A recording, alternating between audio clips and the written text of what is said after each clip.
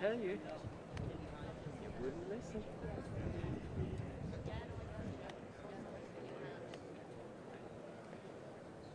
Really? You want a photograph of my kneecaps?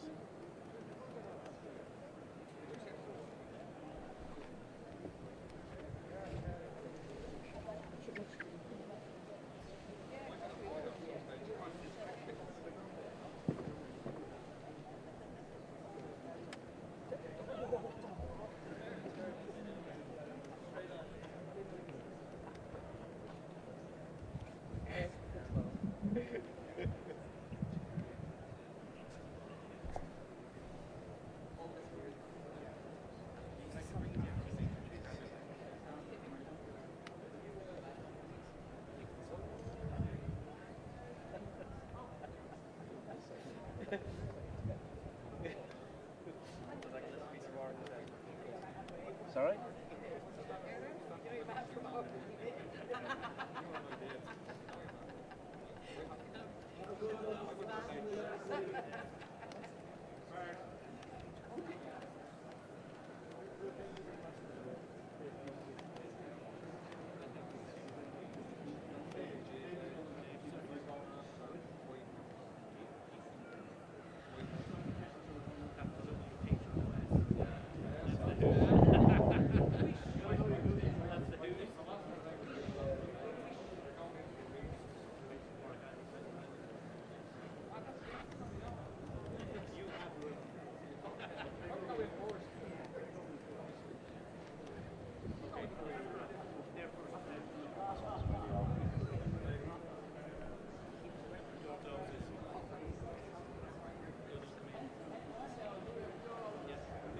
If we can't record most things, I'm just waiting for the speech.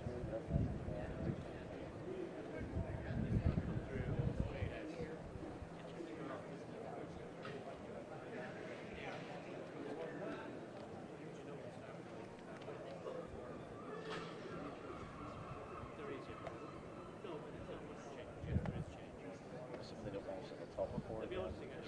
Take us my free ride.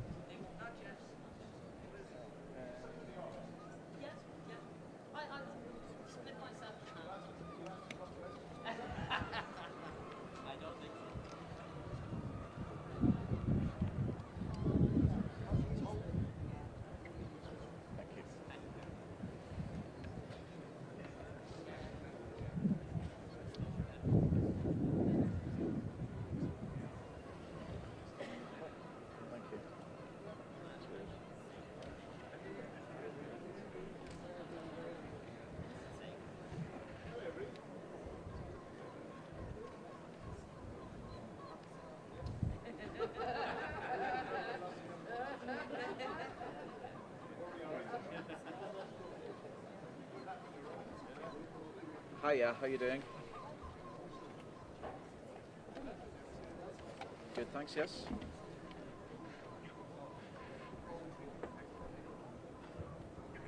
Next step up, please, Chris. Who's presenting today, please, Gallery?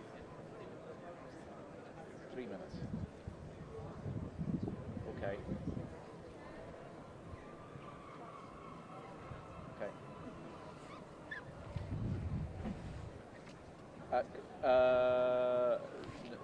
Not not sure at the minute. What would you like us? What would you like me to do afterwards, or?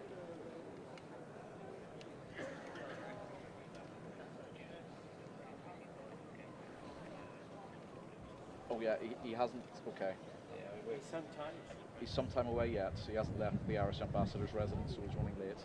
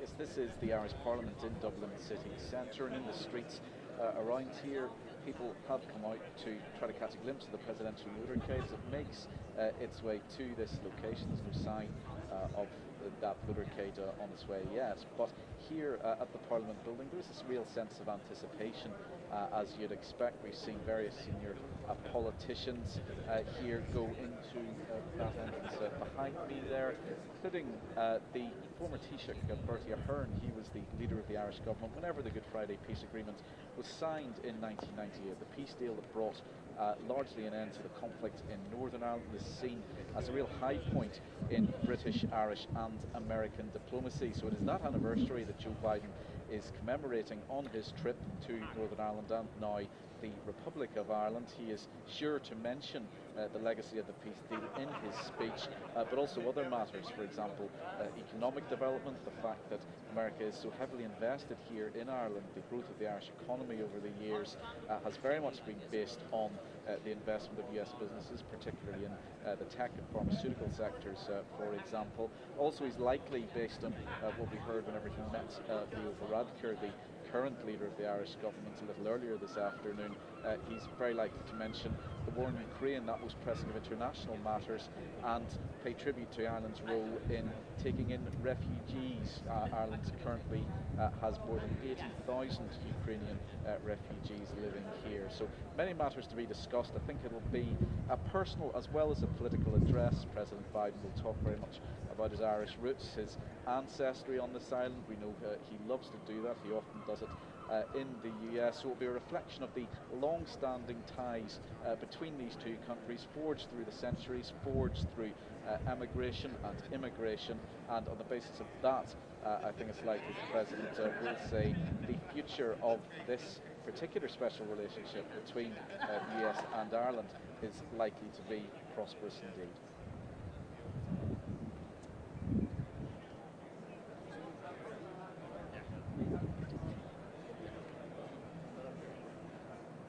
Yeah, they certainly are, as you'd expect. There is a great deal of excitement. People are, I suppose, wanting to catch a glimpse of a moment in history. It's seldom that a country the size of Ireland receives a US presidential visit at all. For a president to address both houses of Parliament, well, that's perhaps even more rare. Joe Biden's the fourth president to do that, after John F. Kennedy, Ronald Reagan and Bill Clinton. So the visit of any US president, of course, is never going to be universally welcomed. For example, 5 out of the 160 members of the lower house of the Irish Parliament at all are boycotting the president's speech. They're from the left-wing People Before Profit Alliance Party, made strong objections to US foreign policy. The other parties, as I say, are gathering. They are very positive.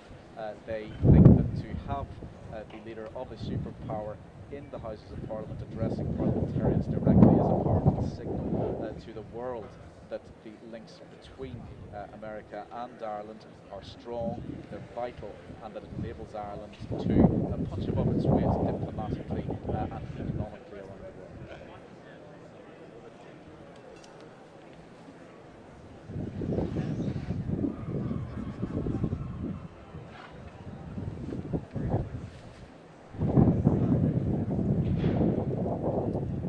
Yes, whenever Joe Biden arrives here, he will give the address. He'll be called upon to speak by the Speaker, the Chair of Parliament.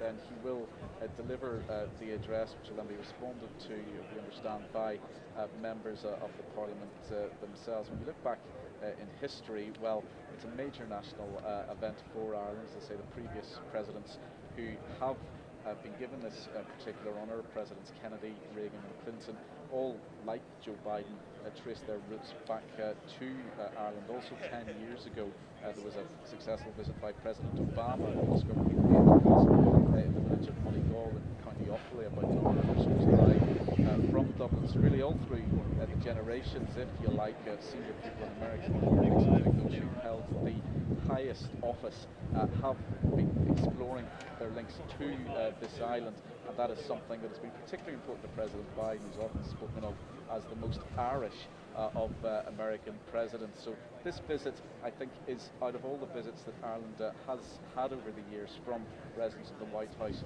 this one is seen as particularly significant.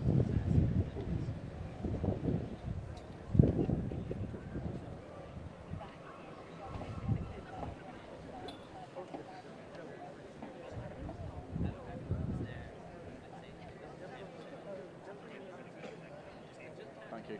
Yes, latest ETA we have is 4:45. 4:45. Okay. Thank you. 4:45. Well, same thing. So.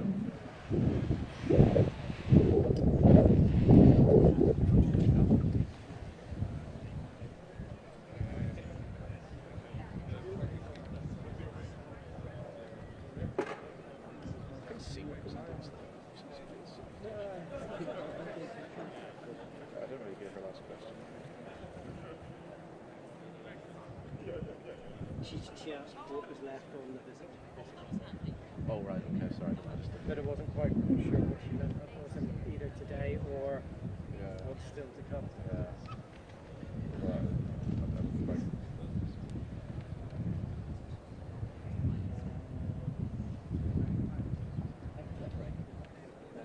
USB-A to... Yeah.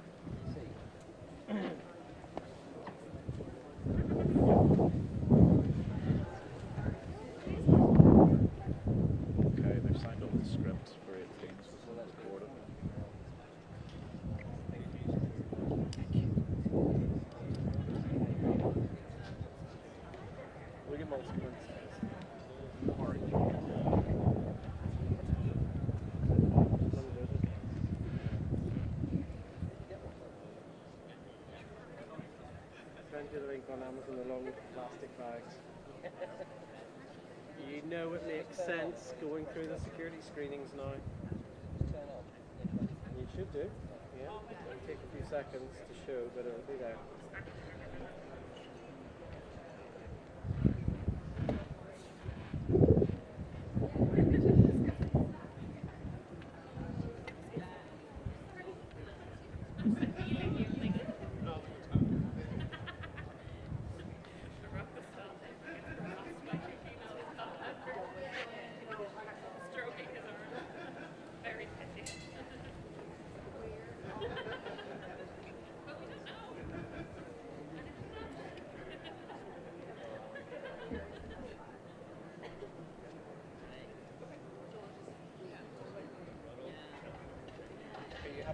Or do you want a heavy jacket over you?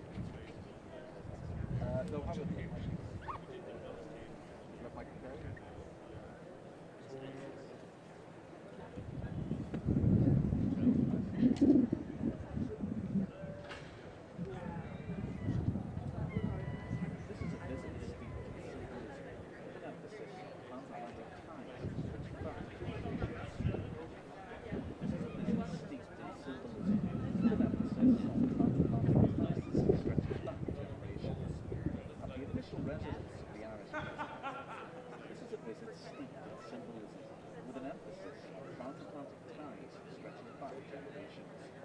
The official residence of the Irish president in its party, Joe Biden followed the tradition of planting an oak tree. Four of his predecessors have taken part in this. This is a visit steeped in symbolism, with an emphasis on transatlantic ties stretching back generations. At the official residence of the Irish president in its park, Joe Biden followed the tradition of planting an oak tree.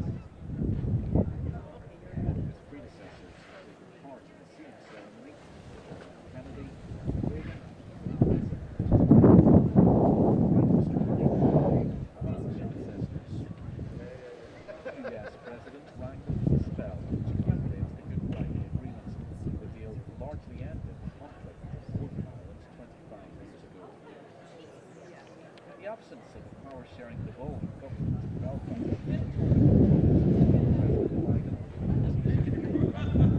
He also discussed the most pressing matter overseas. Thousands were in Dublin city centre to catch sight of the presidential motorcade on its way through the city. Thousands were in Dublin city centre to catch sight of the presidential motorcade on its way through. Where the president has combined the personal with the political. It's given this country a moment which is seldom experienced by other small nations. Ireland is treating the leader of a superpower as one of its own.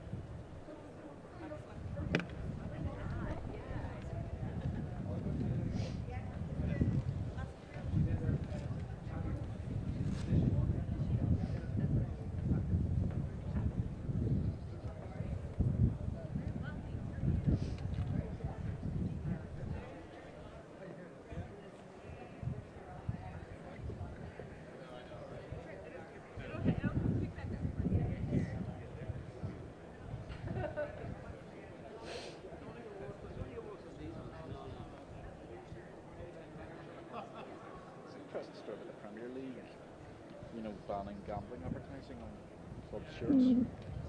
It's quite a big move. Although I was reading something, nothing to do with more interested in, there's a piece in the Irish Independent about someone auctioning off death basket. Yeah, you know, sort of, Excuse me. and a Nazi compass as well. Which is wild. And you know, should this still be allowed to happen? It was a good story.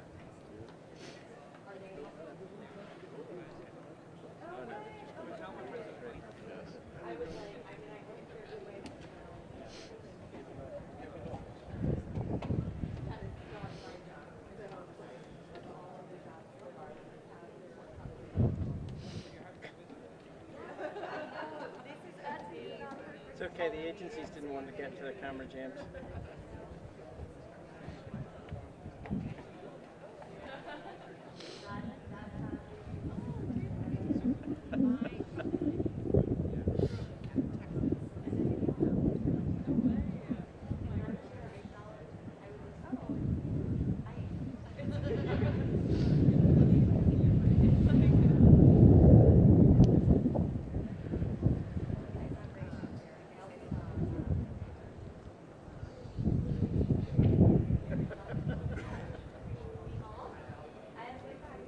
James? Yep. That's an uncomplimentary photograph. I could. He's squinting.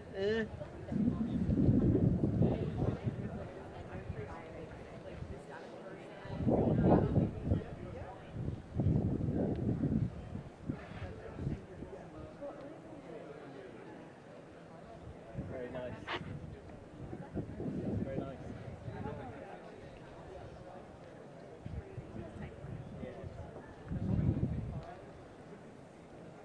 You based here permanently? Well, as in sort of like for 3 or 4 years. Yeah, like 5 more years. Yeah. Right here with my husband, I want to get like related to this, but then I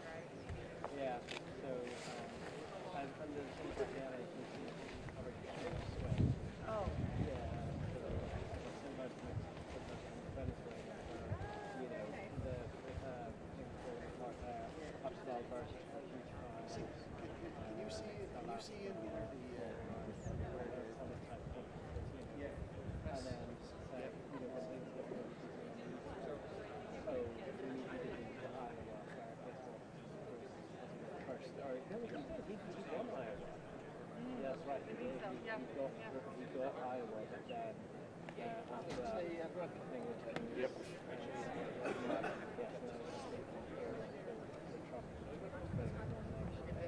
So we did all sorts of stories around the border as well. Yeah. Oh, there's always something there. So we did. So we, between that and when I've been in America before, all of it, I think I've done about 40. Oh, goodness. I'd like to come back and take That's a that. lot of the States. So yeah, well, yeah. I mean, I'm lucky that I've done Hawaii and Alaska in 2 months. Really? Well, yeah, Well, that's what I'm thinking because the climate. well, just How because the far? logistics and the cost to do it. I mean, so like, there's like a couple of states where you know, Oh. the one where you can walk around in a circle and go through 4 states. Oh, what is it called? The Four Corners. They have that. Yeah. So, and also some really small states on the East Coast. Things like that. So And those are a lot more compacted. exactly, some contiguous offices. Of course. Yeah. But it's, I've been to Iowa as well, and North Dakota, because we did the North Dakota hike, but we didn't do the South, we haven't been to the South. Yeah. So South of the streets like agriculture, there's not many stories of them taking it to the dirt. That's interesting. Yeah, because it just happens in South Dakota. Yeah. Whereas, you know, they do well, Yeah. New Mexico, well, you can probably do Well, yeah. New Mexico, facility. Very nice. I have friends from New Mexico actually. They now they're never from New Mexico. Yeah. To be there for the big balloon festival in Albuquerque. Ah, right. And then we did a little road trip around.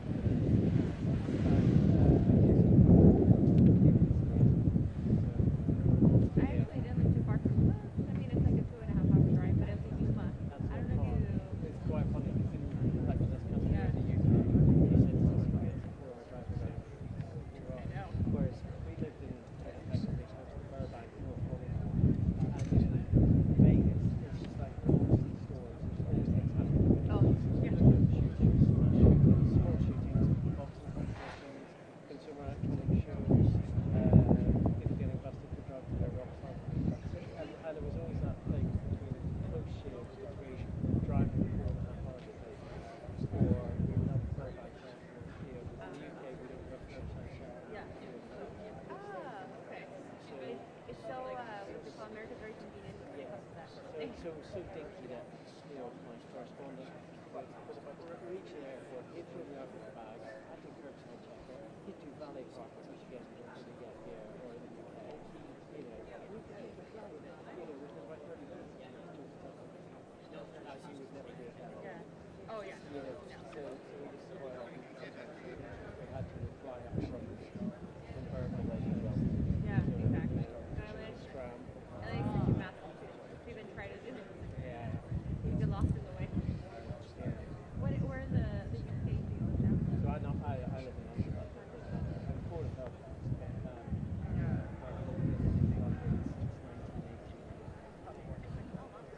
Just because we have to fight substantively, yeah. I know it's kind of funny because I always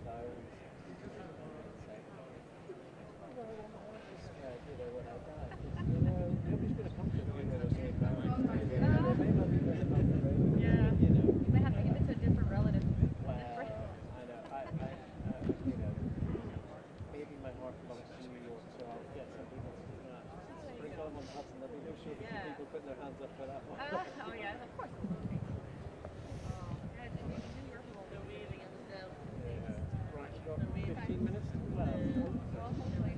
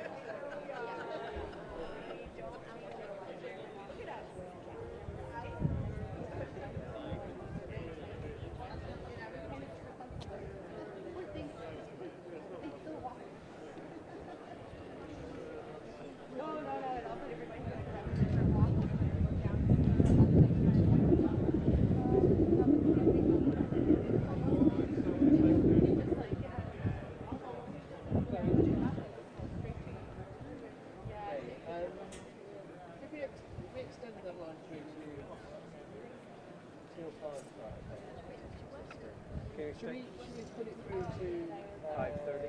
5:30? Cover that.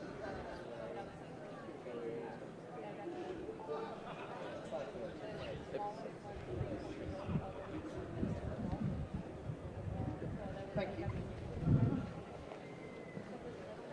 Thank you. That's a shocker. Right, that goes on. Sorry, get back on that side. Sorry, Yeah. no, it's just... Okay.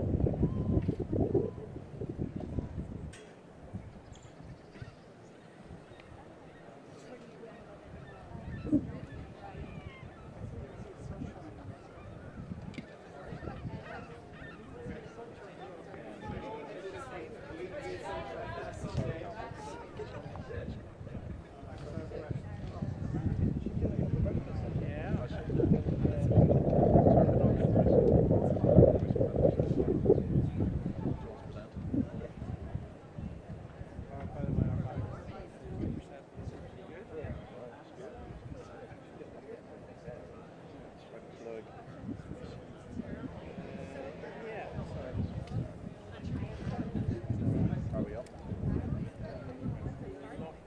There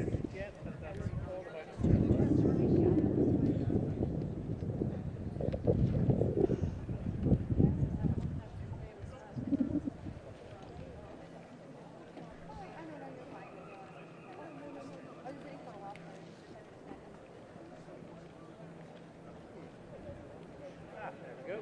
That's it, Yeah, getting that?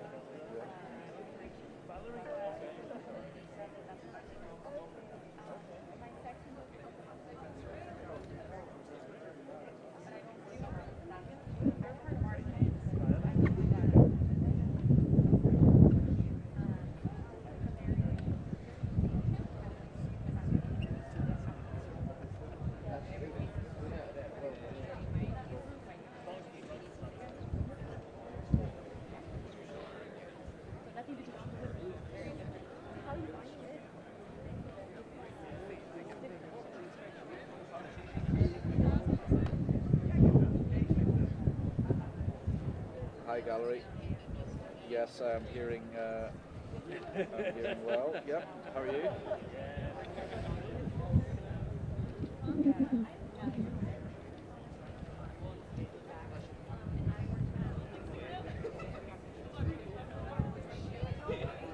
Lovely. Okay. Thanks. Just let you know, you see, whenever the parliamentary proceedings begin, the opening remarks will be given by the Speaker of the Dáil, who's known as the Count Cordia. His name's Sean O'Farrell, so he will speak for a few minutes before President Biden does.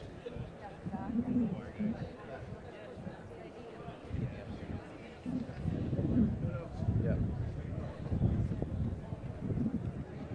Yes. Hi, Tom. How you doing? Yeah. So he will be introduced by Sean O'Farrell, who is the Concordia, the Speaker of the Dáil. What's your surname, Tom? And I will send you an email, and with his opening, it'll actually have the address in it, embargoed. Sorry, come again with that? BRADA. BRADA. Okay, thank you. I'll send it on.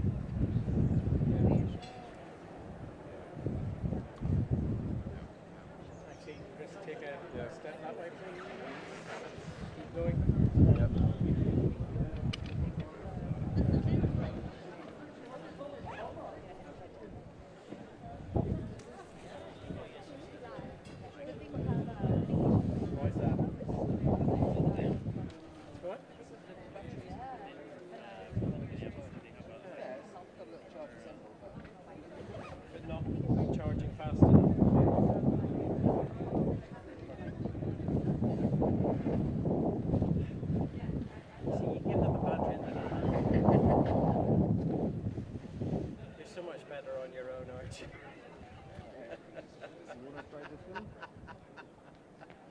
James.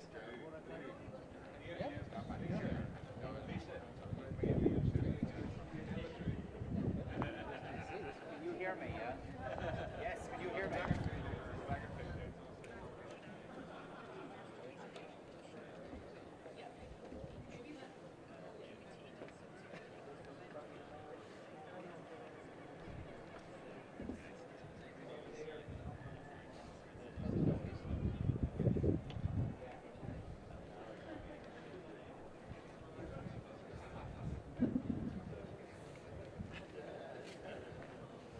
Did you say thank you? Oh, I'm sorry. Did I say thank you? No, say thank you.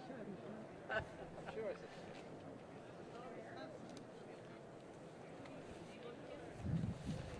you. Well, no, I'm deliberately moving it that way so I don't step on Hello? it. Hello? Hi. Yes, you can hear me okay. Definitely me. I can indeed, yes. Yes, that's right. It has. We're expecting the president in the not too distant future, but certainly out in the streets of Dublin, we have had there are crowds gathering there to catch a glimpse of the motorcade as it makes its way through those city centre streets. It's a sight that I suppose people in Ireland are not unused to seeing over the years. 10 years ago, Barack Obama came for a visit.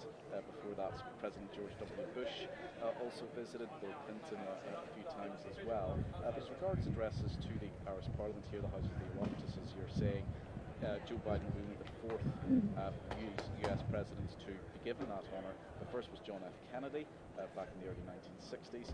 Then in the 80s it was Ronald Reagan, and in the 90s Bill Clinton. This is the first time this has happened for around about 25 years. It comes at a time whenever people in Ireland, both Northern Ireland and the Republic of Ireland, are marking the 25th anniversary of the Good Friday Peace Agreement, which largely ended the conflict in Northern Ireland after 3 decades.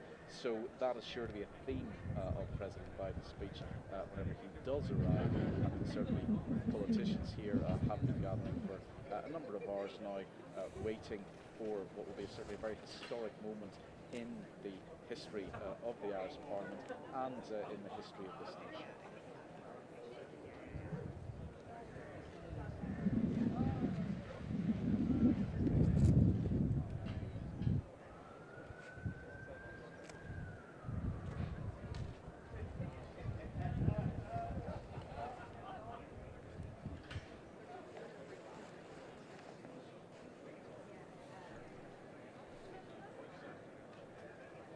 Yes, it certainly is. And President Biden visited Northern Ireland yesterday at a politically sensitive time there. There's been no power sharing at all government for more than a year. And the power sharing system in Northern Ireland, very few other places around the world have anything like it, but it was set up as a result of the Good Friday Agreement, an arrangement where unionists who basically want Northern Ireland to remain in the UK, and I the am, Irish yes. Have you got nationalists who John ultimately Kenny want or? Northern Ireland to join the country I'm in now, the Republic of Ireland.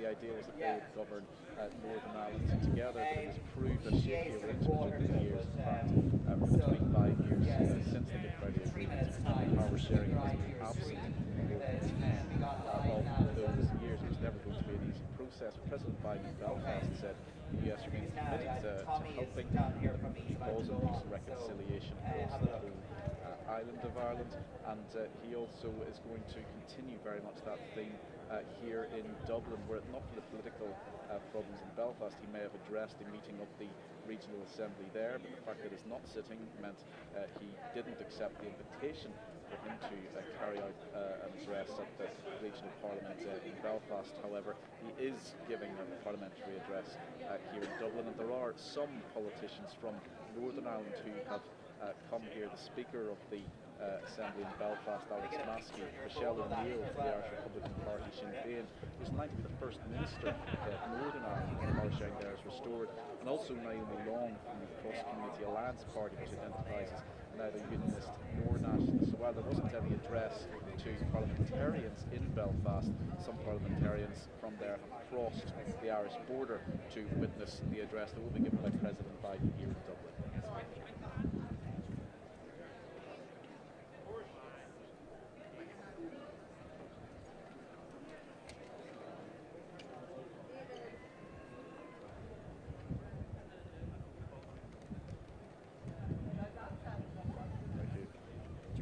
gallery, I could hear you come back and was that not off-putting for you? No, I didn't hear them coming back on me actually at all. You can hear your voice. No.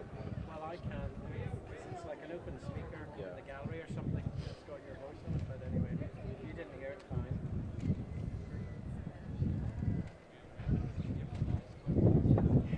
Are you only happier with another battery? What do you...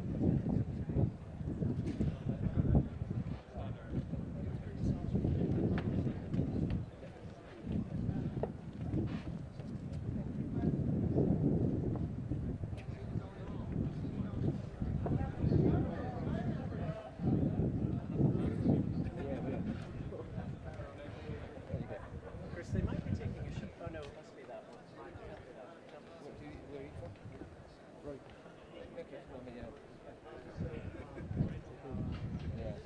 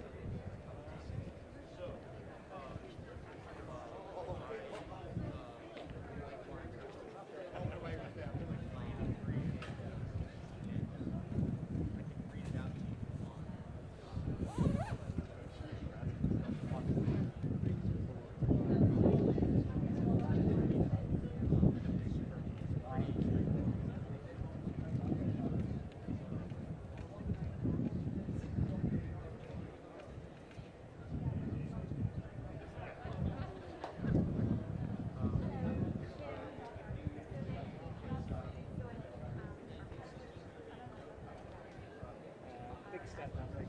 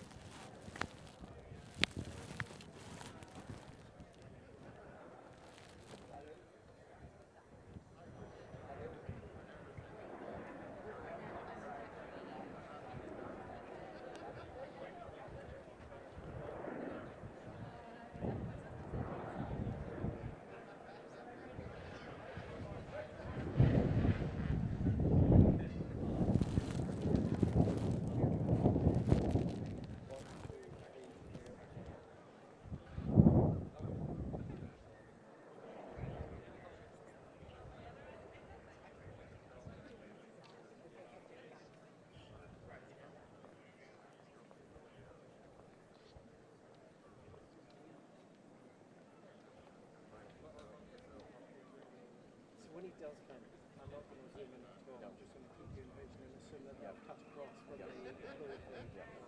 But I might just tighten up the shot a little, but that's all. Oh no, actually I need to keep you center frame.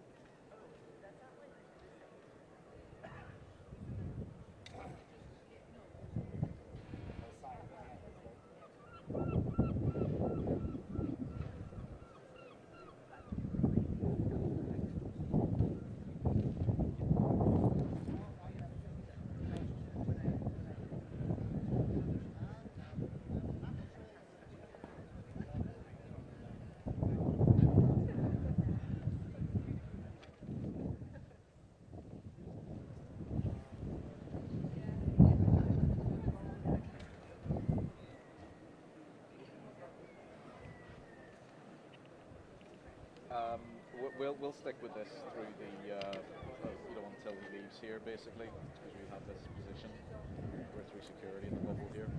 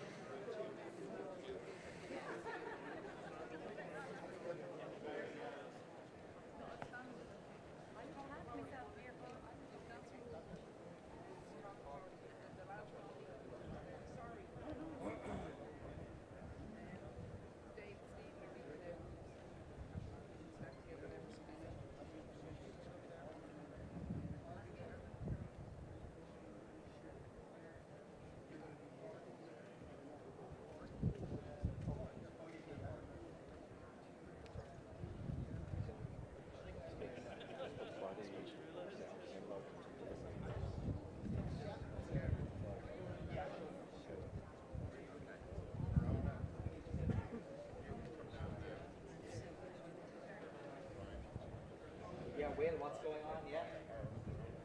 Okay. Just bring us up to date. Any sign of President Biden yet? Yeah. How long are you looking to go?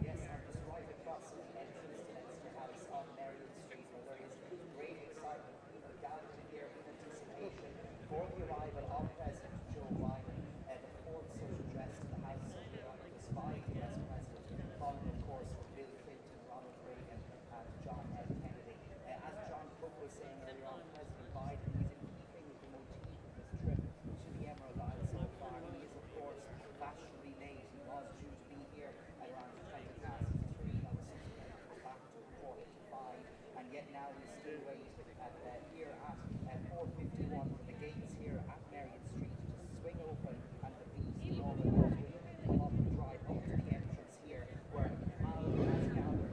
Yes, we're told he is pretty close at the moment. He was originally due here before about 3:30 local time, so we're about an hour later than that now. So he has been delayed. People here have had a little bit longer to wait, but nonetheless there is certainly been a real sense of anticipation building here all afternoon at the Irish Parliament. The House of Commons is here in the centre of Dublin. People, as you'd expect, have been lining the streets of the city centre to try to catch a glimpse of the presidential motorcade. Just beyond the gates here I can see a crowd has gathered just across the road from the main entrance to this estate.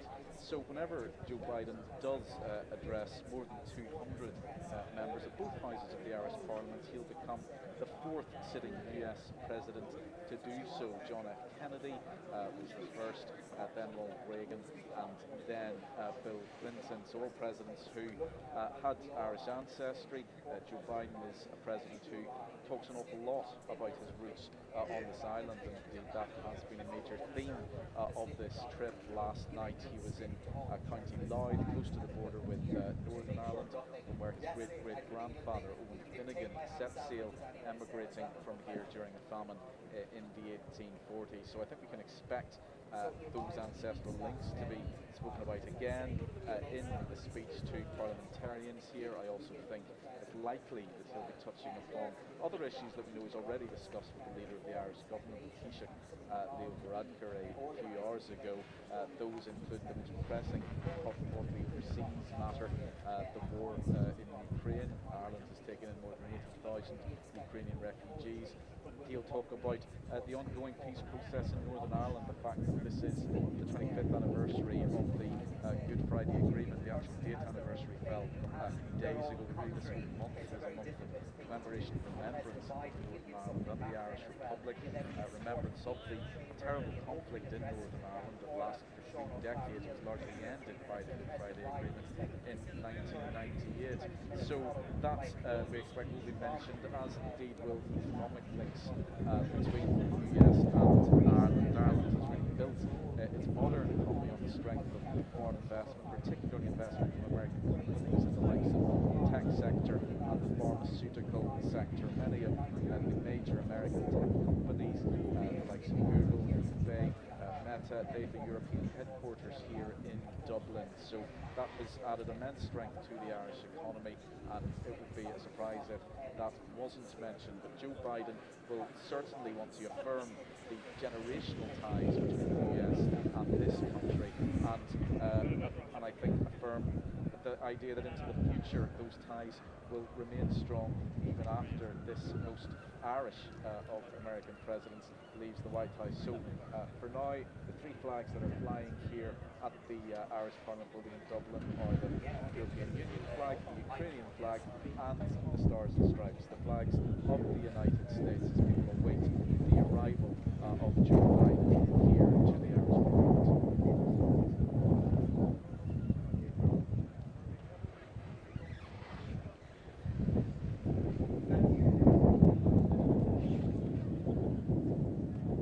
Certainly has, as I mentioned earlier last night, was a very personal visit to County Louth, the village of Carlingford, where he has some cousins, and also Dundalk, the main town in County Louth, where he was welcomed by thousands of people on a very rainy Friday. Tomorrow he'll be in County Mayo in the west of Ireland, where he also has relatives, the Bluets, and there he will give a public address, and again many people expected to turn up to that, another exploration of Joe Biden's ancestry in Ireland. So this afternoon in Dublin is more about the political than the person.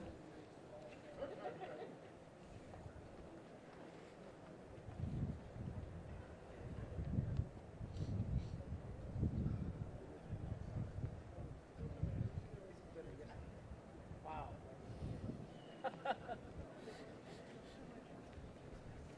Yeah, I'm staying with you, yeah, until this is over, yeah. We can't go anywhere, you know, we're in the security bubble, so we'll stay.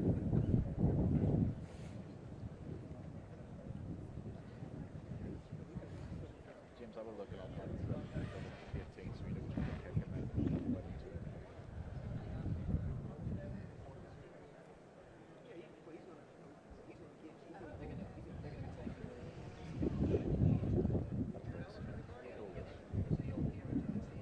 Yes.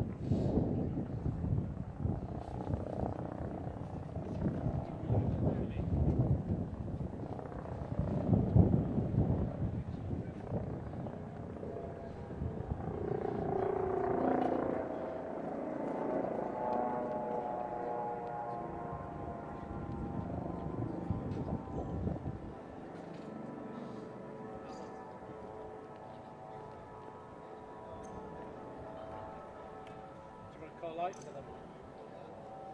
Yeah, I think we see it.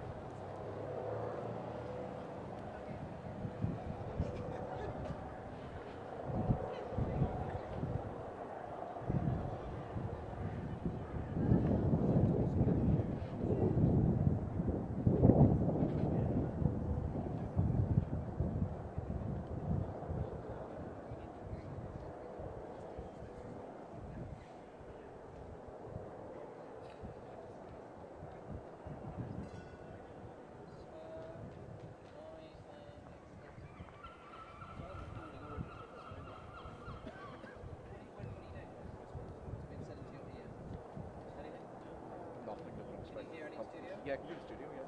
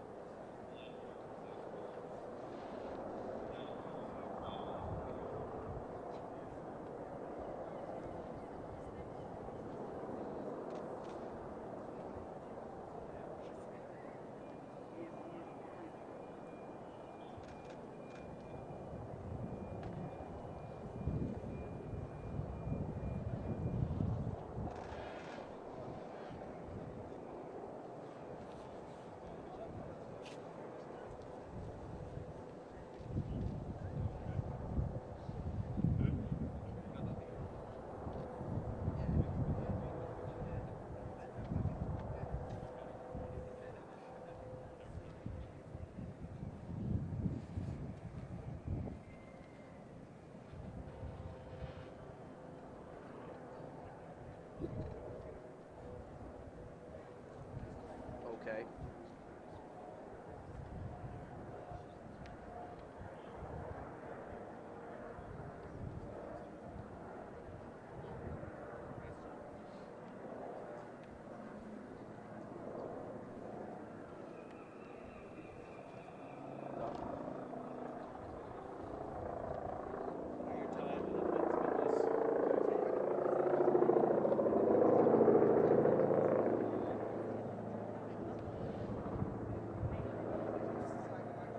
Okay.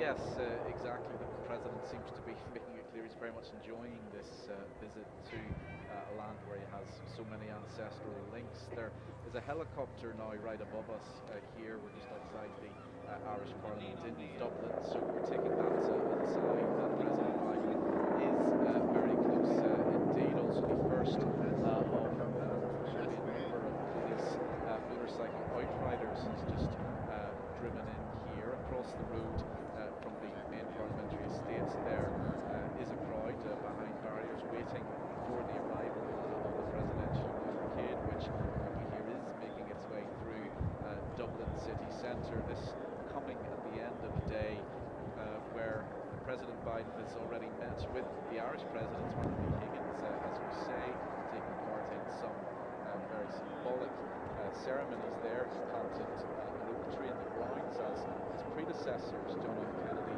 Ronald Reagan, and Barack Obama had all done.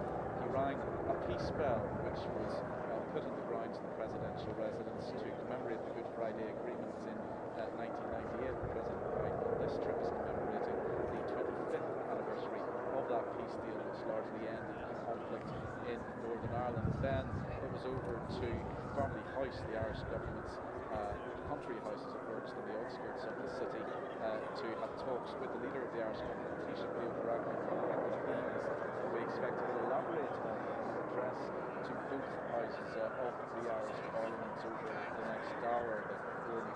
security we mentioned. They help Ireland's getting to 8,000 before they get duly certain to live here. The ongoing peace process in Northern Ireland and economic ties between the US and Ireland, the US investment in the economy here being so important for Ireland's economic growth. Just heard the first sirens there, again a sign that something may be happening just around the corner. The sense, certainly who have been arriving here throughout the afternoon, is that this will be a moment in the history of the Irish people, in the history of the Irish nation, which they will savour. A few members of Parliament, probably about 160 members of the lower house, known as the Dáil, from the left-wing party Profit, they're boycotting the President's speech. They object to US foreign policy, but the other parties all.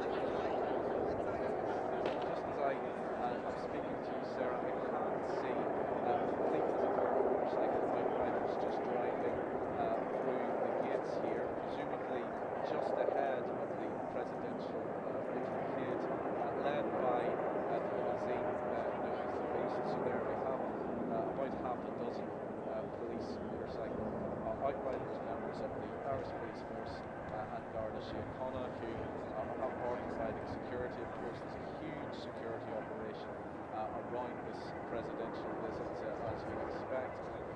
Field cars with blue flashing lights there. I do think now, just driving into the grounds here of the Irish Parliament, past the three flags that are flying, the Ukrainian flag, the flag of the European Union, and indeed the Stars and Stripes is coming, the limousine bearing the Irish flag and the American flag, carrying President Biden for this historic address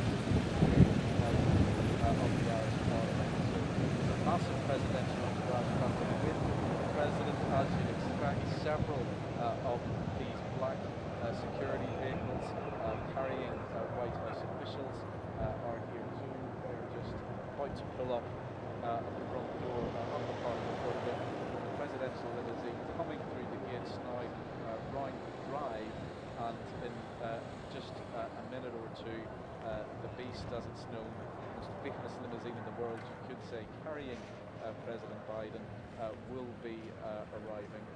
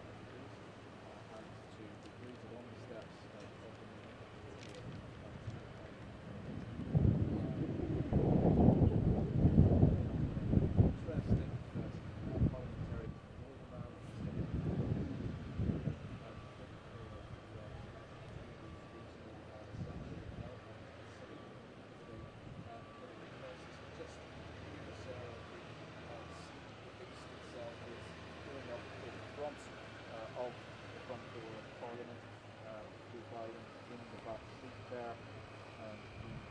will be greeted by chairs of the Irish Parliament, the speakers of both parties. Remember, this is an address to Parliament, it's a parliamentary occasion, not strictly speaking an Irish governance occasion.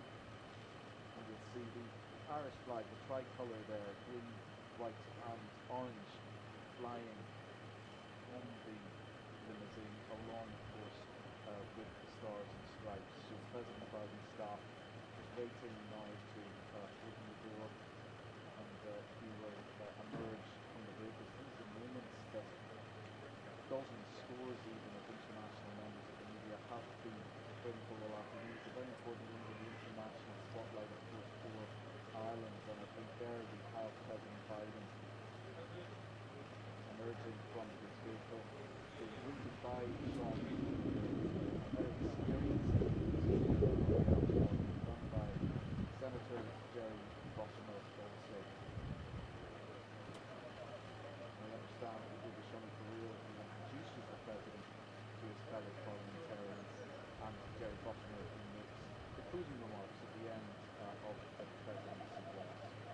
So no doubt they are exchanging warm words.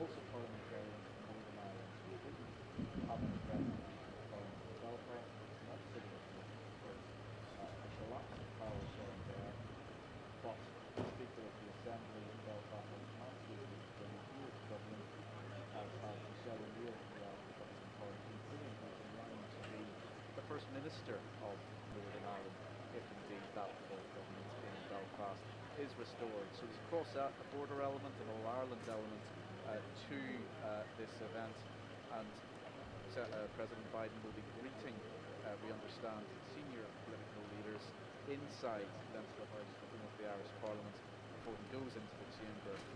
He'll be introduced by Sean O'Neill, and then he'll speak, expecting to focus on the themes that he has already touched on this highly symbolic visit.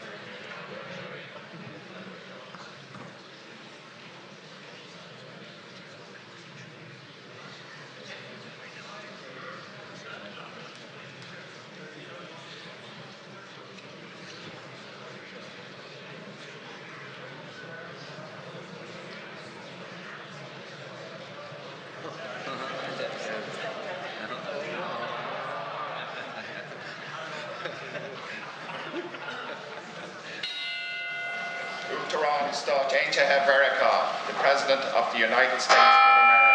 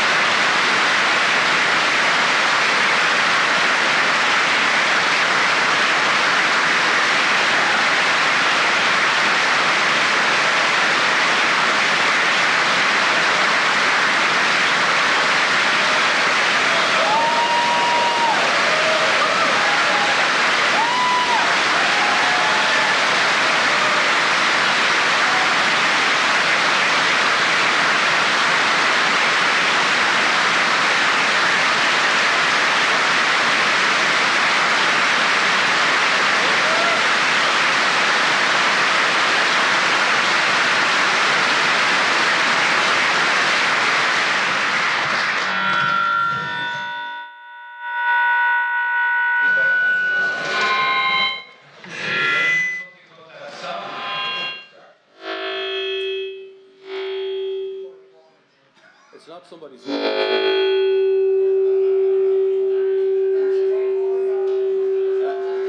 wasn't looking at you, Deputy Healy-Rae.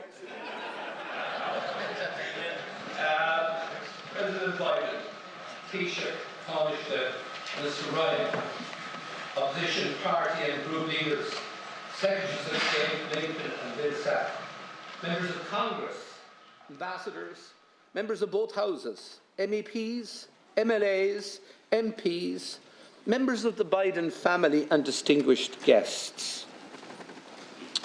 And I think I must mention somebody else, Mr. President, because it's just come to my attention that a very young observer is in attendance here today, and that is the daughter of Senator Rebecca Moynihan, her infant daughter Margot.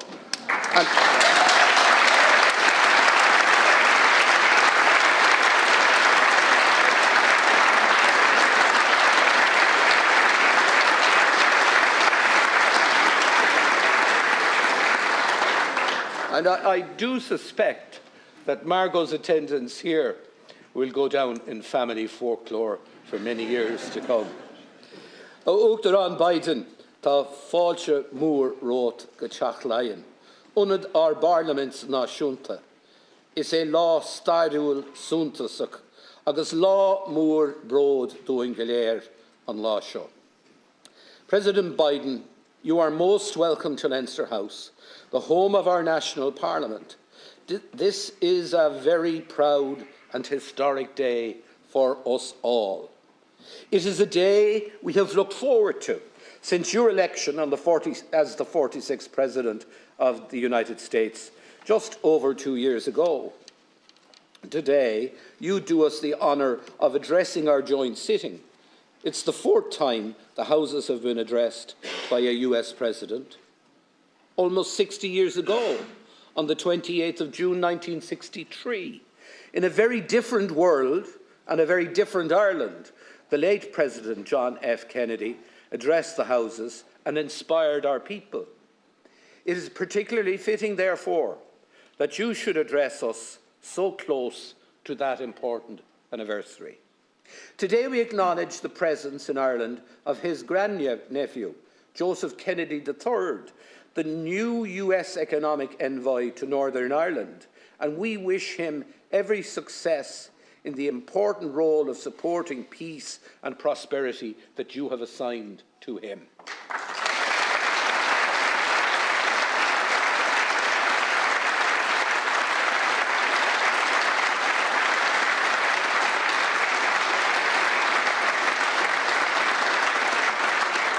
Now, Mr. President, while all previous presidential addresses have been of major significance, today's is like no other, because amongst an extensive list of distinguished guests, we are joined here in the Dáil today by our former illustrious President, Mary McAleese, former Taoiseach Bertie Ahern, a key architect of the Good Friday Agreement, former Taoiseach Enda Kenny, a fellow Mayo man and a close personal friend, we know, of yours. Joining us also is the former President of Sinn Féin and a former member of this House, Gerry Adams, who played such a key role in the Good Friday Agreement negotiations. And from north of the border, we also welcome Alex Maskey, Speaker of the Northern Assembly, which I'm sure you would have liked to have been able to address, Michelle O'Neill, the Northern Leader of Sinn Féin, Colm Eastwood, Member of Parliament, Leader of the SDLP and a successor to the great John Hume, Nobel Peace Laureate, and an initiator of the Good Friday Peace Agreement, and Naomi Long, leader of the very progressive and growing Alliance Party. I extend a special welcome also to Miss Mary Heaney, whose late husband, Seamus Heaney, is a favourite poet of yours, Mr. President, and of ours also. And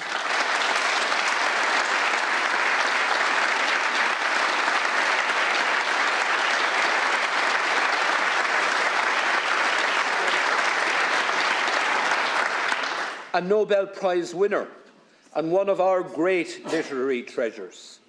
Seamus would have been 84 today, and I'm sure he is looking down on us with his glasses nestled between his fingers and a hint of a smile on his face. From the diplomatic corps, I warmly welcome the US Ambassador, Claire Cronin. Thank you for sending her to us. And her Irish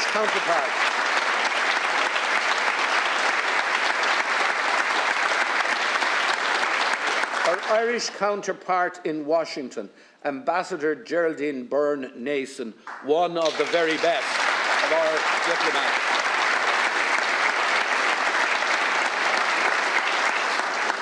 These two outstanding women have done our two countries proud. We are joined too by the Dean of the Diplomatic Corps, the Moroccan Ambassador to Ireland, the representatives of the European Commission and Parliament, Jonathan Claridge and Fionnuala Croker, our dear neighbour and friend, Ambassador Paul Johnson of the United Kingdom. But may I extend a very special and warm welcome to the much-admired Ukrainian Ambassador to Ireland, someone who has become incredibly well known to all of us, Larissa Garasko, who above all else represents the nearly 80,000 displaced Ukrainian citizens now resident in Ireland.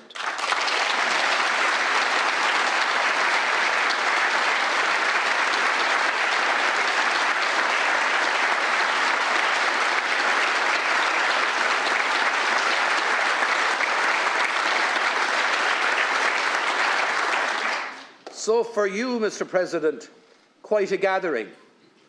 And with the greatest of respect, Mr. President, I must say you sure can draw a crowd. Perhaps afterwards you might give me some hints on how we could ensure a good attendance around here on Thursday afternoon. President Biden, today you're amongst friends because you are one of us. You often speak of your Irish roots with great pride and affection, especially your ancestors from Louth and Mayo. And the story of Ireland is inextricably linked to emigration, and in many ways you personify it. From the famine times through to today, so many people left these shores in search of a better life in the United States, and a remarkable 33, maybe 34 million Americans now claim Irish ancestry. The signatories of the 1916 proclamation said that this very republic came into being with the support, and I quote, of its exiled children in America. And how true that was. Down through the years, our exiles supported Ireland economically and politically and never forgot the families they left behind.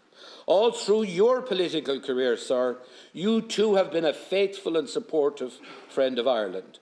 You have been there, to quote the well-known song, in sunshine or in shadow.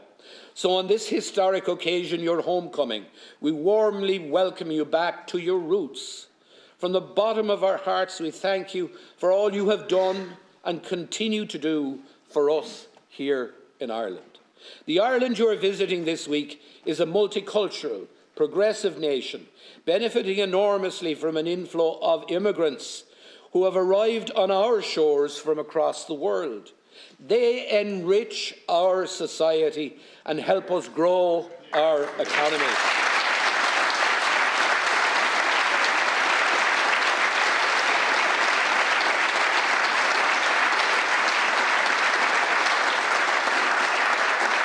Just like the Irish did, and many other nations in the United States in years gone by.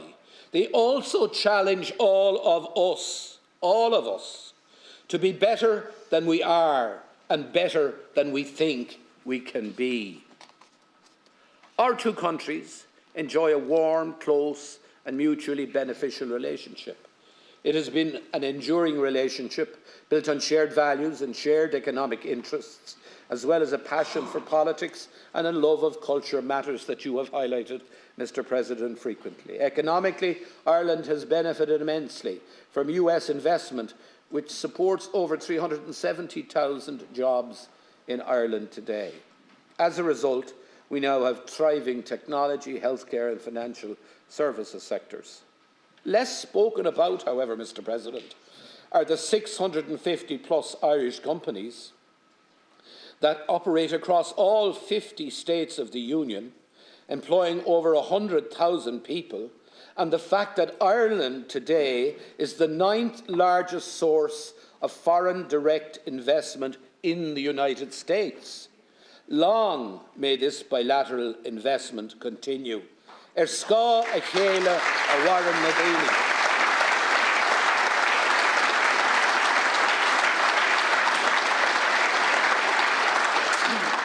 Mr. President, 2 years ago on a cold January day in Washington, D.C., you spoke of the importance of unity and hope. And as we gather in this Easter week, we recognise that the world is in need of hope. Hope for those affected by war, hope for those suffering from hunger, and hope for those in the face of the existential threat of climate change. On this island, your visit to Northern Ireland is an important statement of hope and support for building a better and continued peaceful and prosperous future for all. We thank you for your unstinting and constructive support for the Good Friday Agreement over the last 25 years, and for your continued close engagement, which you demonstrated so powerfully this week. Friends and colleagues, politics, despite what the cynics might say, is a noble profession. And we are fortunate today to welcome not just a very fine politician, but an outstanding and international statesman. President Biden, in life, you have demonstrated unshakable faith, deep resilience, and the ability to bring people of diverse and often conflicting views together.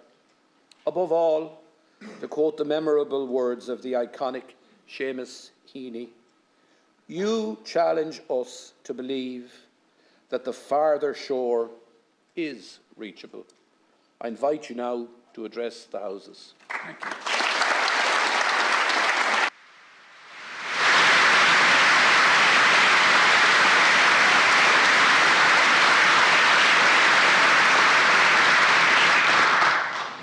Well, Mom, you said it would happen. And Margot, I apologize to you, little baby girl. The idea you're subject to hearing the President of the United States have to deliver a policy speech is as bad as all my children have had been put through. Speaking to my children, my son Hunter's with me, and my best friend in the world, my sister Valerie's with me today. And I want them to...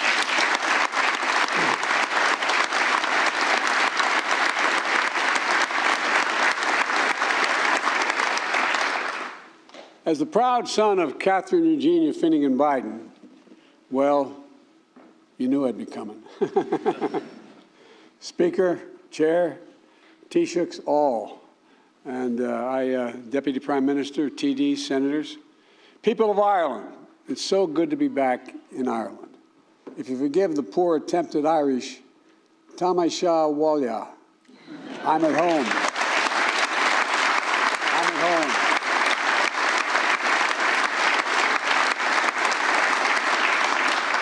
I only wish I could stay longer.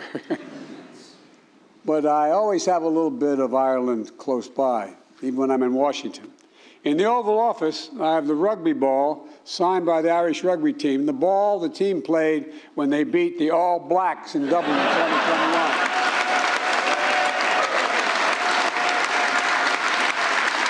By the way,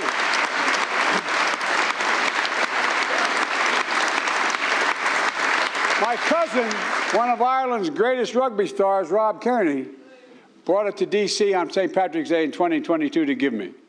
And I didn't play rugby except when I was out of law school, and I didn't play it very well. We played in a rugby club, but I did play American football and a few other sports, but I realized that, you know, you guys are all nuts. But the interesting thing is, I'd rather have my children playing rugby now for health reasons than I would have them playing football. Fewer people get hurt playing rugby, and you have no equipment. You have 280-pound guys like we do, and you just don't hit each other in the head very often. And but anyway, all kidding aside, in 2016, I came to Ireland as vice president, bringing most of my family with me. My sister Valerie, my brother Jimmy, my daughter, and my 5 granddaughters and grandchildren. My granddaughters are crazy about me, I might add, because I talk to them every single day. I send them a note.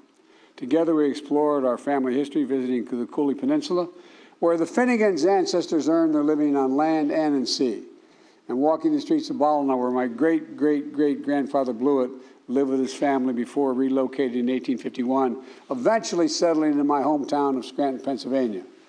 Yesterday, I returned to County Louth, where I toured the Collingford Castle, likely one of the last glimpses of Ireland my Finnegan ancestors saw as they gazed on their way out in what in those days was referred to as a coffin ship.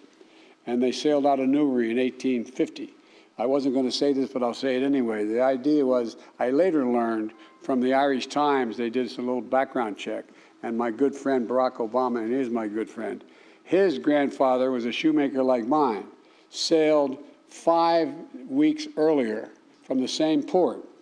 The idea they both sailed for a new life and thought their grandchildren, their great-great-grandsons would both be president, I think is really a little bit of Irish malarkey.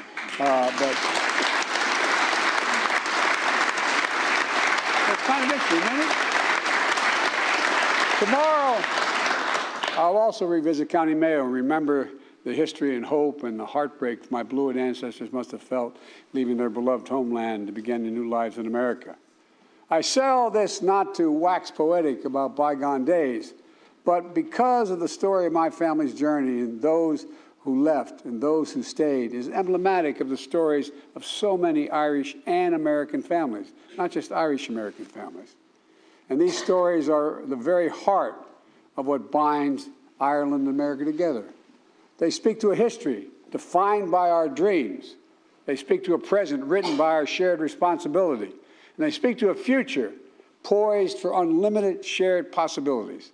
So today, I'd like to reflect on the enduring strength of the connections between Ireland and the United States, a partnership for the ages. It begins in our shared history, dating back to the very founding of the United States. The Irish hearts that helped kindle the torch of liberty in my country and fire its revolutionary spirit. The Irish blood from across this island that was willingly given for my country's independence. The Irish hands that laid the foundations of a new kind of future, one from the bottom up and the middle out, one built on freedom. You know, the great waves of immigration that brought our ancestors to the United States in succeeding decades carried millions more Irishmen across the sea. Most of them arrived a little more than with hope in their hearts and strength in their dreams and beautiful memories of an emerald green isle, a home they would never fully leave behind. I've never met an Irishman in America who doesn't think he will hope he can see Ireland someday.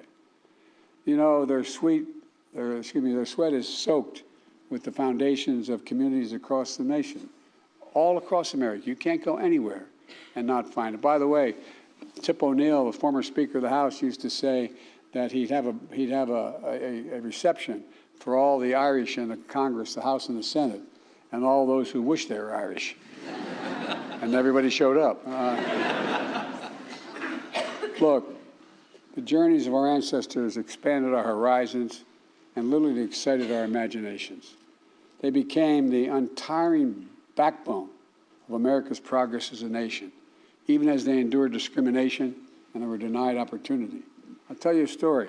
I was campaigning for president, and I was out in Colorado, and I was with a man whose family had been, he was a former senator, a man whose family had been in the United States since the conquistadors for generations. And he kept, and there were a whole lot of people standing across a refurbished rail station in eastern Colorado. And there was literally 10,000 people on the other side of the track waiting to hear me speak. And he kept saying, "Now, Joe, remember, these people are not, these are my people. They're Hispanic. They're not used to being taken. You got to show respect and serious." I said, "I understand." And he kept it up. Finally, I turned to him and said, "God's truth, this refurbished train station, okay? It had like linen kind of wallpaper on it. And about every 20 feet, there was a brass plaque that's saying, 'No Irish allowed.'" I said, "I get it. I get it. But it's history that speaks above all to the values that sustain these people throughout their hardships in their lives. Freedom, equality, dignity, family, courage. My mom used to have an expression, she said, "Joey, courage is the greatest virtue of all. For without courage, you can't love with abandon. Without courage, you cannot love with abandon." These are the values that were handed down generation to generation in my family, grafted onto the American character, tended as they transformed an entire nation. Like so many countries around the world, though perhaps more than most, the United States was shaped by Ireland, and that's not hyperbole, that's a fact. And the values we share remain to this day the core of our historic partnership between our people and our governments. As nations, we've known hardship and division, but we've also found solace and sympathy in one another. And just 4 years before we issued our Declaration of Independence, Benjamin Franklin came to the Irish Parliament and declared and described it as, I quote, "disposed to be friends of America," end of quote. And turned to the text of Ireland's 1916 proclamation, displayed mainly in the main foyer of this building, draws on the support of Ireland's exiled children in America, the quote, draws on the support of exiled children in America. We're nations that know what it means to persevere for freedom, to brave a civil war, to toil in the vineyards of democracy. And that's, again, not hyperbole. It's a fact. It's a fact. It's not just the hope, but the conviction that better days lie ahead that has brought us along. We have the power to build a better future. 60 years ago, as referenced, the first Irish Catholic president of the United States made a historic trip here, speaking to this assembly and capturing the imaginations of Irish and Irish-American families alike. When John Kennedy addressed Parliament, he honored the more than 150,000 Irish immigrants who joined the Army of the North during America's Civil War. And among them, 1 or 2 of them were my relatives as well. They signed up in a new land to stand for old values, to defend freedom and the dignity of all people. Think about this. Name another country, and whatever their language is, that use the word dignity as much as we Irish use the word dignity. It matters. My dad used to say, "Everybody, Joey, everybody." And he meant it. Is entitled to be treated with dignity, no matter who they are. President Kennedy honored their courage and sacrifice by presenting to this body the flag of the Irish Brigade, which hangs out here to this very day. Likewise, I was honored to receive an Irish flag from the Taoiseach during the recent St. Patrick's Day celebration in Washington. It was flown to commemorate the Irish who first raised the tricolour in Ireland 175 years ago, and who subsequently made his way to America, where he led the Irish Brigade in that Civil War battle. These liked symbols, holding a place of honor in Leinster House and the White House, embody a century of history between our countries. Connections that irrevocably have shaped the understanding of the world and our hope that we put in it. Our history reminds us, our history, ours, yours and mine, reminds us of the responsibilities we have to the President, that should be the present, to the hopes of our ancestors, to the expectation of future generations. Because we know what it means to fight for democracy. Today, Ireland and the United States are standing together to oppose Russia's brutal aggression and support the brave people of Ukraine. I spent many days in Ukraine.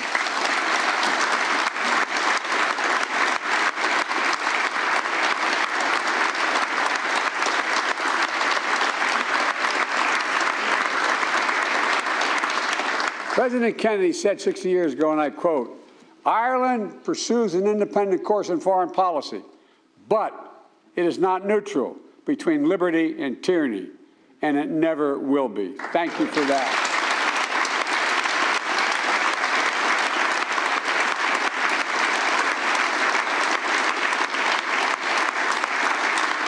Over the past year, Ireland has proved him right. The Speaker said Ireland has stood proudly with the United States and partners around the world for liberty against tyranny. Ireland has committed more than 170 million euros in non-lethal aid to Ukraine, including vital protective gear, medical equipment, humanitarian support, and aid to minimize the impacts of war on food insecurity and child malnutrition. You don't forget, you have memories that go deep. And as a member of the European Union, Ireland is working together with the United States and other partners to hold Russia accountable for its actions, including through significant sanctions and export controls. I've known Putin for over 25 years. Putin thought the world would look the other way, was confident he would break NATO and the European Union. The unity of Western nations would fracture and fall at the moment of testing. That's what he thought. But he was wrong.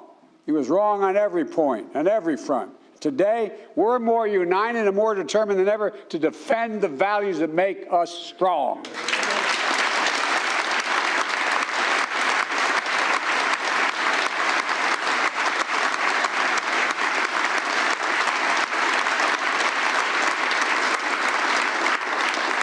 And I want to sincerely thank you for Ireland's vital leadership last year in the UN Security Council.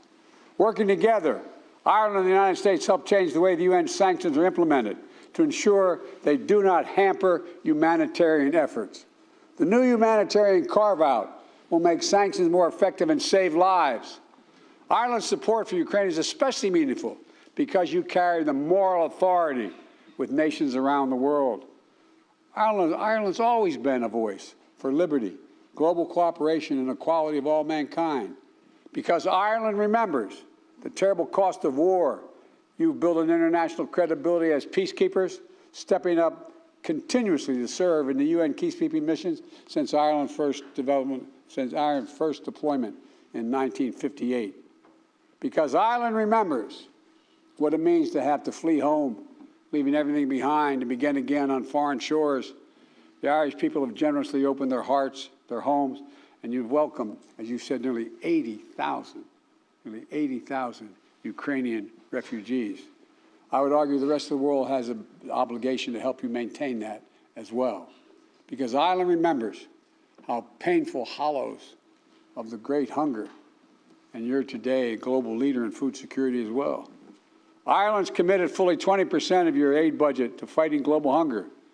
And in a moment where people around the world are struggling with the economic fallout of the pandemic, Russia's war in Ukraine, Ireland is growing its aid budget and expanding its commitment to help vulnerable people, especially partner nations across Africa. I particularly want to thank you for stepping up alongside the United States to help UNICEF and the World Health Organization fight malnutrition and child wasting. Ireland's contribution of 50 million euros is helping prevent the and treat wasting, child wasting, and supply ready-to-use therapeutic foods and reach 500,000 children in Africa. 500,000 children. You're changing lives. Ireland also remembers, as I do, that peace is indispensable.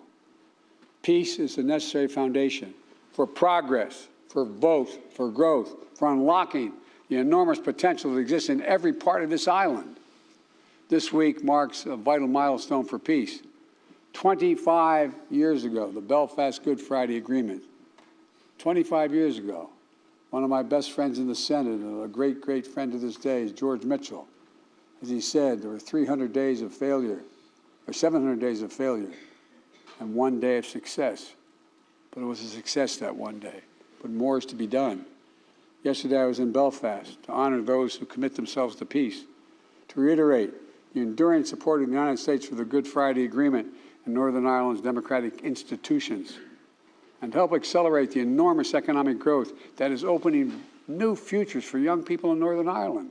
As I pointed out, there are literally hundreds of American corporations ready to come and invest, but they're cautious because their institutions are not in place.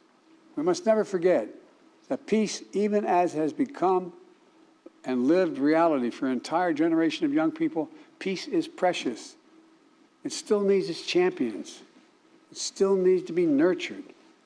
The Good Friday Agreement didn't just change lives for the better in Northern Ireland. It has significant positive impact across the Republic of Ireland as well. As the Taoiseach and I have discussed, including last month in Washington, and again today, how Ireland and the United States can work together with the United Kingdom and the European Union to support the people of Northern Ireland.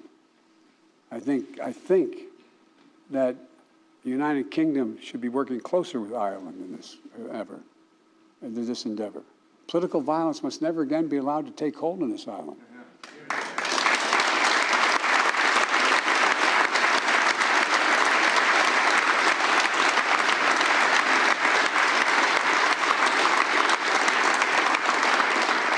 Presumption me to say from the United States, but that must be the goal which guides us in all our efforts. Because the greatest peace dividend of the Good Friday Agreement is an entire generation of young people, whose hearts have been shaped not by grievances of the past, but by confidence that there are no checkpoints on their dreams.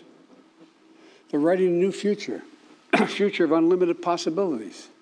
For too long, Ireland has talked about in the past tense. We tell old stories of days gone by because it's good to remember. Stories of Irish grit and genius, saints and scholars, poets and politicians. And in the face of it, they're good stories on its face. Let's face it. But, as the poet Bolan wrote in her poem, Mother Ireland, she said, I've learned my name, I rose up, I remembered it. Now I could tell my story. It was different from the stories told about me. End of quote. Today, Ireland's story is no one's to tell but its own.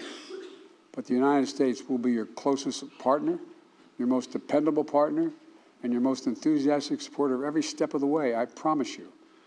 We've always been, and we've been together, and we're going to continue to grow our enormous economic relationship as a foundation for both our nation's prosperity. We're going to continue to strengthen our economies, building them from the bottom up and the middle out. Yesterday and already Ireland draws a disproportionate amount of foreign direct investment from the United States of America. And the same is true for Ireland's investment into the United States of America, which is the ninth most significant investment of any nation in the world in America. You know, we share more than $1 trillion in bilateral trade and investment in 2021. More than 950 American companies, international companies, have international headquarters in Ireland, supporting hundreds of thousands of jobs. 700 Irish companies located in 50 states employ more than 100,000 people in the United States of America. And together, Ireland and the United States are building a future of greater economic dignity, one where rights of workers are respected and corporations pay their fair share.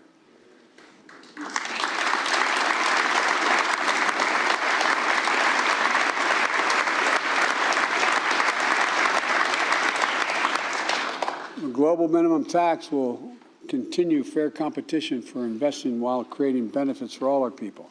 And I have no doubt that the thriving economic relationship between our countries is going to continue to grow.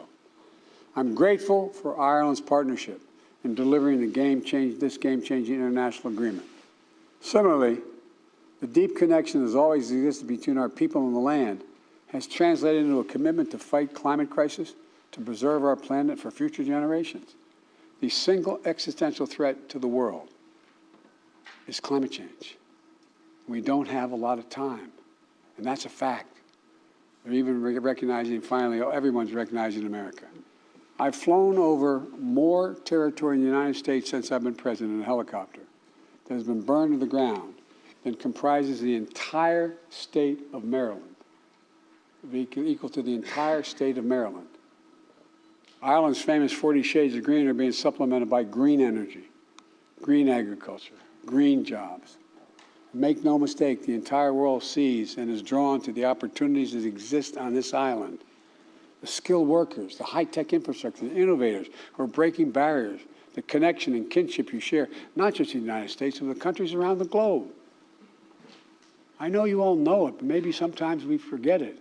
Ireland is a hotbed of cutting-edge science, research, and emerging technology that's going to influence so much of our shared future, for real. Working in partnership with Ireland, the United States, together with the European Union and like-minded parties around the world, are going to ensure that those technologies are grounded in the same core values we have championed for so long: democracy, human rights, freedom of opportunity for everyone, not just for some, for everyone. You know, I hadn't planned on running for president again in 2020. My son, Beau, had just died of stage 4 glioblastoma after coming back from Iraq after a year. He was the Attorney General of Delaware. As a matter of fact, he should be the one standing here giving this speech to you. But, you know, I started to write a book talking about how technology has always changed the world, and we were in an inflection point in the world.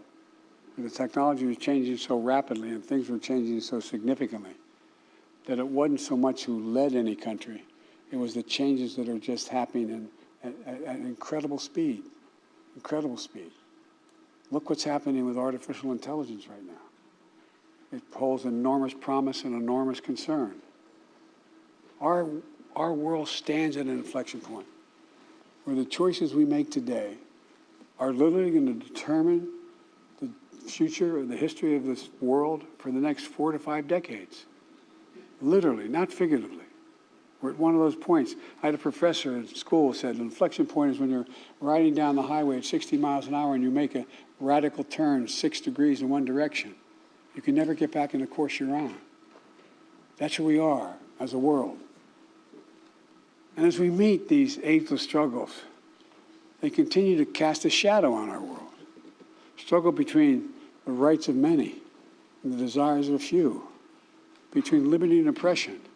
And I know I get criticized for saying this around the world, but between democracy and autocracy. It is a competition that's real. And we're called to this work just as every generation before us has been. In this moment, the world needs Ireland and the United States and our limitless imaginations. I've met more with Xi Jinping than any world leader has over the last 10 years. Over 91 hours of just one-on-one conversations, 68 in person. I've traveled 17,000 miles with him through Asia, primarily through China. He once asked me on the Tibetan Plateau, he said, "Can you define America for me?" This is the God's truth. I said, "Yes, I can, in one word." But if he asked me about Ireland, I could have said the same thing. One word: possibilities. We believe anything is possible if we set our mind to it and we do it together. This is the United States of America and Ireland. There's nothing beyond our capacity if we do it together. And we got to believe that. We got to know that, because that's the history of both our countries. This is about defending the values handed down to us by our ancestors, keeping the flame of freedom we inherited, the beacon that's going to guide our children and our grandchildren. It's a struggle we're fit to fight together. Now, how is Ireland the United States? Now is their time to meet every challenge together. I really mean this. To raise together, to rise up in our joys and our triumphs, to preserve together and persevere through sorrows and setbacks, to dream together over horizons we can't see, and to build together a future that may be, that doesn't exist, a future that can be. You know, as was mentioned, today's Seamus Heaney's birthday. And I was always quoting Irish poetry in the United States Senate over my career. It's a long career, 36 years. And my colleagues always thought I did it because I was Irish. That's not the reason. They're the best poets in the world. That's the reason I did it. And one of the best among them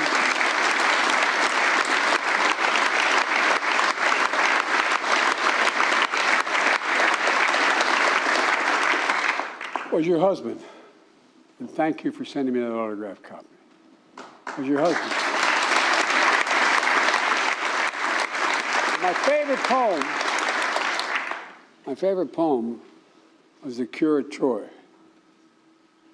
And it goes, you all know the words. You know it, you just heard it so many times.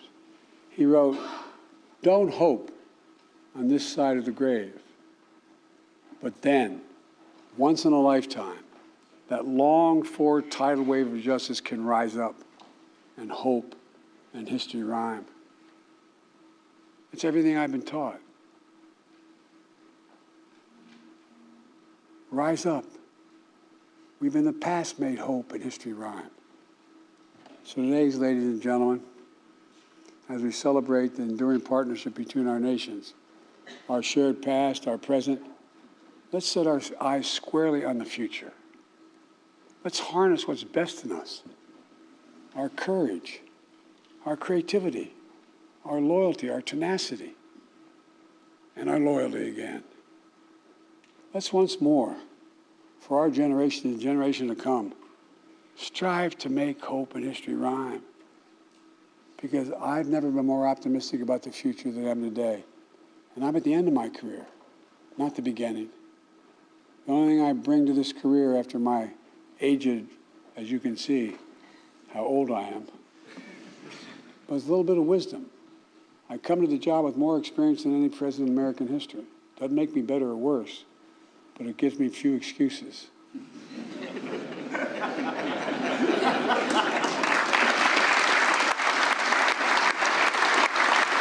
Folks,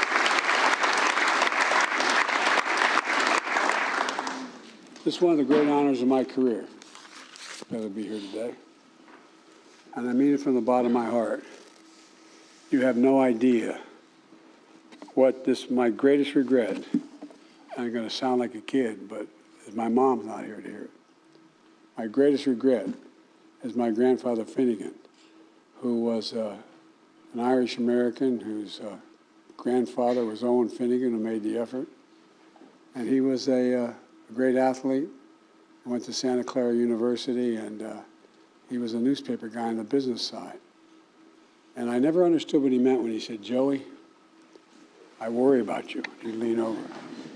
I said, "Pop, what do you worry about?" He said, you're too much like that guy who led the revolution instead of the guy who was the prime minister."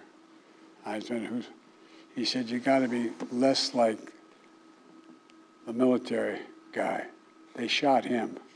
And more like De Valera." Well, I've never...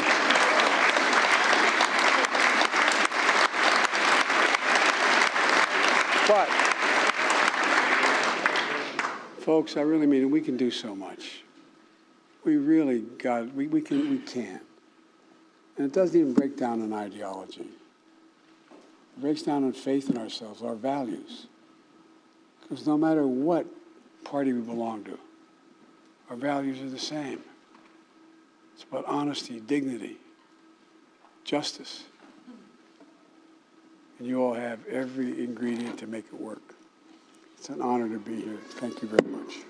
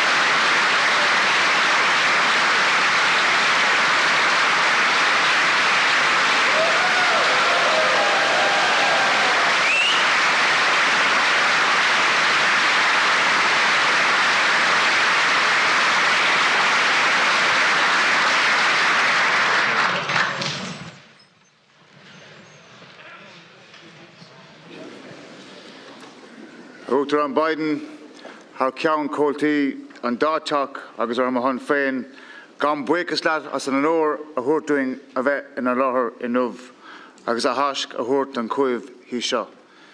We might say 4 more years, Mr. President, but we can't be political here, but thank you for your wonderful address.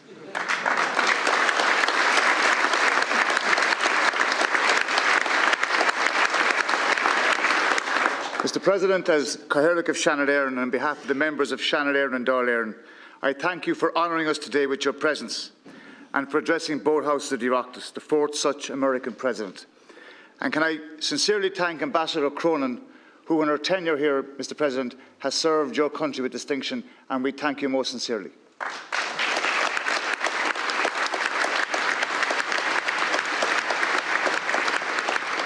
From your address today and from your visit, not just this week but in previous times, it is obvious that you have a genuine personal pride in your Irish ancestry. And today, I'm sure all of us in this chamber will reflect and remember the Irish diaspora in America who share that same sense of pride. Your presence in this chamber and by your address today acknowledges the story of emigration as the shared story of our 2 nations. And I do hope, Mr. President, that we can see immigration reform with the undocumented Irish looked after during your term of office.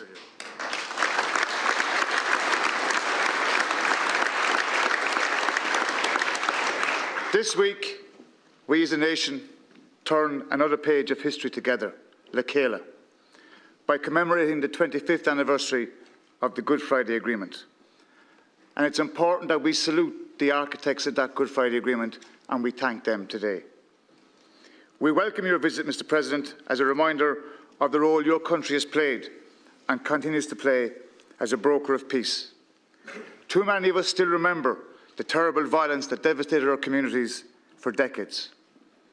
As you've said today and yesterday, we must persist in our work of peace and reconciliation to ensure the positive legacy of the Good Friday Agreement and that it can be fully realised for all those young people you spoke about in your speech. Mr. President, you said recently about the United States, and I quote, "Our diversity is and always has been our greatest strength as a nation." And you've shown that value and respect for diversity, Mr. President, in your lifetime as a politician. On a personal level, may I thank you for being one of the first leaders to publicly support marriage equality. In your infamous Meet the Press,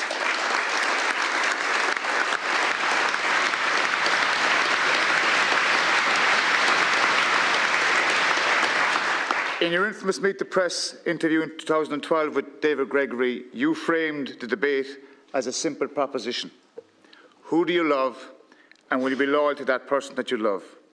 With this statement, Mr. President, you held aloft your respect for diversity, and others followed, including my very good friend Enda Kenny here, who, as part of his government, allowed us to have a referendum on marriage equality in our country.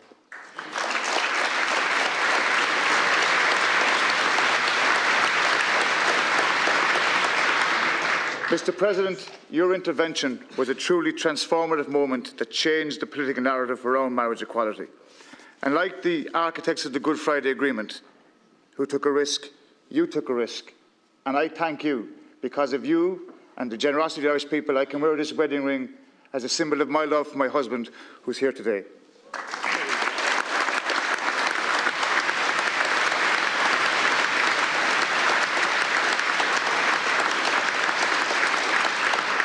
There's an old Irish proverb, "An all na baha and tahrú." Change is the breath of life. Looking ahead, we know that change will be constant, and we will embrace that and keep our positivity. We will continue to value and strengthen our special relationship with the United States as we work together on shared global challenges. President Biden, I hope that you and your family enjoy your visit to Ireland, your ancestral home. And I want to welcome your sister, Valerie Biden-Owens, who has a very good, strong Cork connection, and your son, Hunter.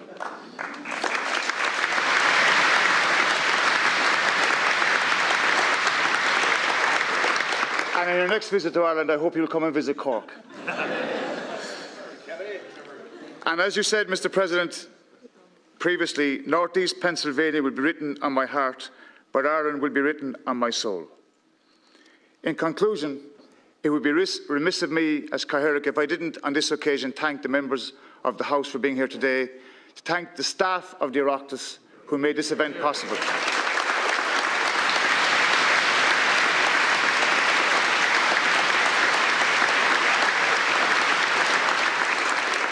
Oaktrán, thank you for addressing the House of the Oireachtas. Gurad Mila Mahagat, Slán agus Banat, Barbua, and Fly Eagles Fly.